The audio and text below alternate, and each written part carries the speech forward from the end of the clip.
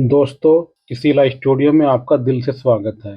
आज हम बात करेंगे 1976 की एक बेहतरीन भारतीय हिंदी संगीत में रोमांटिक फिल्म कभी कभी के बारे में, जिसमें वहीदा रहमान, शशि कपूर, अमिताभ बच्चन, राखी गुलजार, ऋषि कपूर और नीतू सिंह जैसे दिग्गज कलाकारों ने अपनी शानदार अदाकारी का जलवा बखेरा। कभी कभी मेरे दिल में ख्याल। फिल्म की शुरुआत अमिताभ बच्चन के दिल को छू लेने वाली कविता से होती है, जो उनकी आवाज और गहराई से दर्शकों को तुरंत जोड़ देती है। नई कोपलें फूटेंगी, कल नए फूल मुस्काएंगे। कल नई कोकिलें फूटेंगी, कल नए फूल मुस्काएंगे और नई घास की नई फर्श पर नए पांव इठलाएंगे। वो मेरे बीच नहीं आए, मैं उनके बीच में क्यों आऊं? उनकी सुबह और शामों का मैं एक भी लम्हा क्यों गाऊं? मैं पल दो पल का शायर हूँ, पल दो पल मेरी। अमित मल्होत्रा यानी कि अमिताभ बच्चन एक उभरते हुए कवि कश्मीर के अपने कॉलेज परिसर में अपनी कविता पढ़ते हैं। वहीं उनकी मुलाकात अपनी सहपाठी पूजा राखी गुलजार से होती है। पूजा अमित से अपनी कविता की तारीफ करते हुए उनका ऑटोग्राफ मांगती है। अमित मुस्कुराते हुए पूछते हैं, आपका नाम? पूजा जवाब देती है, पूजा। इसके बाद पूजा अमित से उनका नाम पूछती है। अमित मजाकिया अंदाज में कहते हैं, मुझे पुजारी समझ लीजिए। इस हल्की फुल्की बातचीत के साथ दोनों के बीच नजदीकियां बढ़ने लगती हैं और धीरे धीरे वे एक दूसरे से प्यार करने लगते हैं। अमित और पूजा एक पेड़ के नीचे मिलते हैं। पूजा कहती है, हमारे इंस्टीट्यूट की हर लड़की तकिए के नीचे कविता रखकर सोती है। दो एक ने तो तुम्हारी तस्वीर के साथ शादी भी कर ली। अमित कहता है, बेचारी लड़कियां। पूजा कहती है, बेचारी क्यों?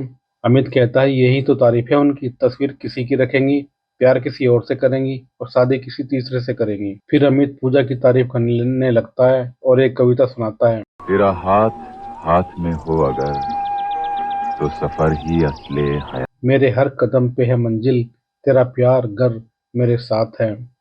तेरे हुस्न से है जुड़ा, तेरे होठ थिरके तो सुबह है, तेरी जुल्फ बिखरे तो रात है। कभी कभी मेरे दिल में ख्याल। कुछ दिन बाद पूजा मुझसे कहती है, मेरे पापा ने शादी फिक्स कर दी है। अगर मैंने उनके सामने आपका नाम लिया तो पता नहीं वे क्या कर लें। एक तरफ माँ बाप और दूसरी तरफ तुम, समझ नहीं आ रहा क्या करूं मैं। अमित कहता है, मेरी समझ में तुम्हें शादी कर लेनी चाहिए। पूजा अमित से वादा करने के लिए कहती है कि वह शादी की करेगा और अपनी कविता जारी रखेगा। पूजा के माता पिता उसकी इच्छा के विरुद्ध उसकी शादी एक वास्तुकार विजय खन्ना शशि कपूर से तय कर देते हैं।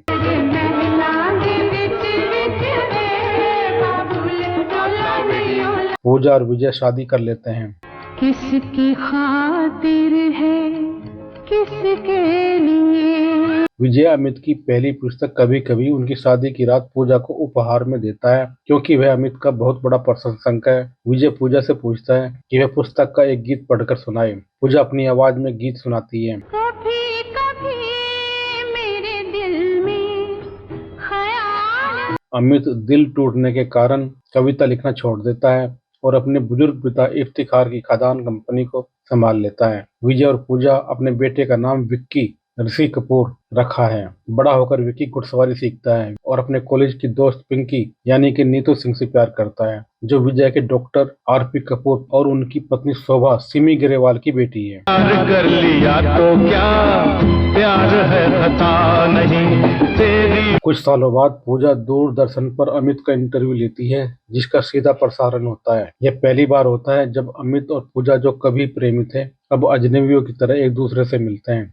जब पूजा अमित से पूछती है कि उन्होंने कविता लिखना क्यों बंद कर दिया और उनकी आखिरी कविता कौन सी थी, तो अमित जवाब देते हैं, कभी कभी मेरी पहली और आखिरी कविता है और मैंने लिखना छोड़ दिया है। अमित और पूजा को एक साथ देखकर विजय अमित को ड्रिंक पर अपने घर बुलाता है। विजय सटीक रूप से अनुमान लगाता है कि अमित ने कविता लिखना दिल टूटने के कारण बंद कर दिया। विक्की और पिंकी श्रीनगर की बर्फीली वादियों में गाना गाते हैं। चेहरे से नजर नहीं हटती, नजारे हम क्या। डॉक्टर कपूर और शोभा कपूर पिंकी से इतना प्यार करते हैं वे ये भी भूल जाते हैं कि वह उनकी असली बेटी नहीं है। लेकिन शादी से पहले वे पिंकी को सच्चाई बताने का फैसला करते हैं, ताकि बाद में पिंकी को यह न कहे कि उसे सच क्यों नहीं बताया। सच्चाई जानने के बाद पिंकी को गहरा सदमा लगता है। पिंकी टूट जाती है और डॉक्टर कपूर व शोभा से संबंध तोड़कर अपनी जैविक मां की खोज में निकल जाती है। कश्मीर पहुंचकर वह अंजलि यानी कि वहीदा रहमान से मिलती है, जो अमित की पत्नी है। वह अपने पति और अपनी बेटी स्वीटी को असली रिश्ते के बारे में कुछ नहीं बताती। अंजलि उसे अपनी भतीजी बताती है। पिंकी दुखी होती है क्योंकि अंजलि उससे अपनी माँ कहने से इनकार करती है। स्वीटी अपने पिता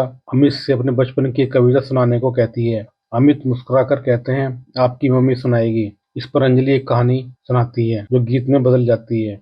मेरे घर आए एक नन्ही परी, एक अंजलि मजाकिया अंदाज में अमित से कहती है, एक कविता पिंकी पर भी लिखना। यह सुनकर स्वीटी को गुस्सा आ जाता है। वह नाराज होकर कहती है, मेरे पापा हैं, किसी और के लिए क्यों लिखेंगे, और गुस्से में दूसरे कमरे में चली जाती है। पिंकी के जाने के बाद विक्की भी कश्मीर आता है, लेकिन पिंकी उससे दूरी बनाए रखने का अनुरोध करती है। हालांकि विक्की स्वीटी के साथ छेड़खानी करके अमित के घर में अपना जगह बना लेता है ताकि वह पिंकी से मिलना जारी रखे। स्वीटी अमित से विक्की को अपनी कंपनी में नौकरी देने का अनुरोध करती है ताकि वह शहर में रहते हुए अपना खर्च चला सके। पिंकी अमित की सेक्रेटरी के रूप में काम करना शुरू कर देती है, जबकि विक्की अमित के खदान में ट्रॉली ऑपरेटर बन जाता है। स्थिति तब और खराब हो जाती है जब स्वीटी को विक्की से प्यार हो जाता है, जिसके कारण अंजलि और अमित उनकी शादी तय करने का फैसला करते हैं। विक्की स्वीटी और पिंकी के साथ एक गीत गाता है। तेरा फूलों जैसा रंग, तेरे शीशे जैसे अंग, पड़ी जैसे ही नजर में तो रह गया। पिंकी जवाब में अपना मधुर आवाज में गीत गाती है। दिल आने की बात है जब जो लगता है प्यारा।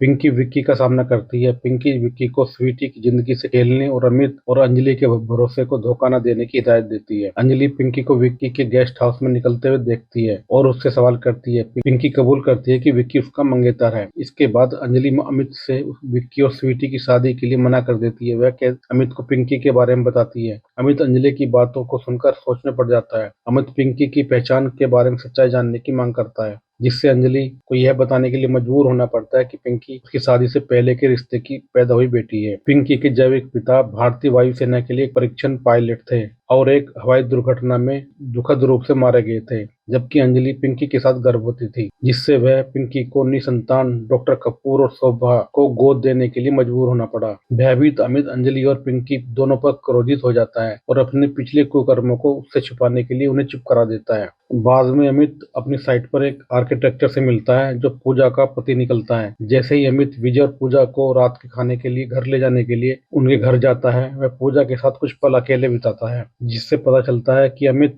ने उसे कभी माफ नहीं किया या भूला नहीं। विजय उनकी बातचीत सुन लेता है और ड्राइव पर उसे पता चलता है कि पूजा और अमित एक ही कॉलेज में पढ़ते थे और अमित ने उस दौरान कविताएं लिखी थी। वह यह जानकर हैरान हो जाता है कि अमित का रहस्यमय दिल टूटने वाला कोई और नहीं बल्कि उसकी अपनी पत्नी पूजा थी।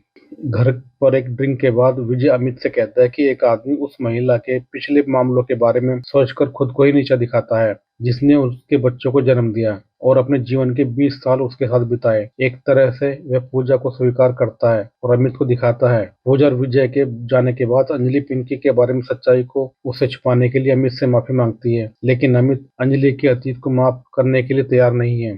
इसलिए अंजलि घर छोड़कर जाने का फैसला करती है और स्वीटी विक्की के साथ पिंकी को देखकर इसे सहन नहीं कर पाती। विक्की और पिंकी के पहले से ही एक दूसरे से प्यार करने की सच्चाई से अनजान वह एक बच्चे की तरह रोती है और घर में हंगामा खड़ा कर देती है। उसकी इस हरकत से अमित नाराज हो जाता है और गुस्से में उसे थप्पड़ मार देता है। स्वीटी यह सब देखकर सोचती है कि उसे कोई प्यार नहीं करता है और वह अपने ही परिवार द्वारा त्यागी हुई महसूस करती है।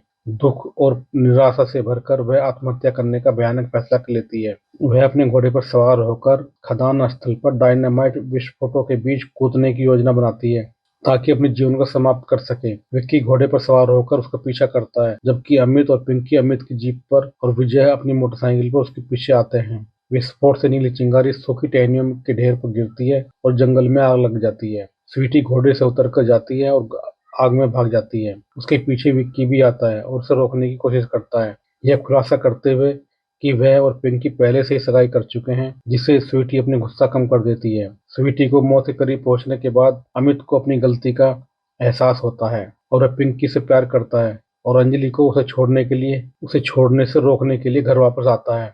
वह ठीक समय पर पहुंचता है और दोनों आंसू बहाते हुए सुलह करते हैं। यह स्वीकार करते हैं कि वे एक दूसरे से प्यार करते हैं। अमित और पूजा अतीत को पीछे छोड़ देते हैं और फिर से दोस्त बन जाते हैं, जबकि पिंकी और विक्की की शादी हो जाती है।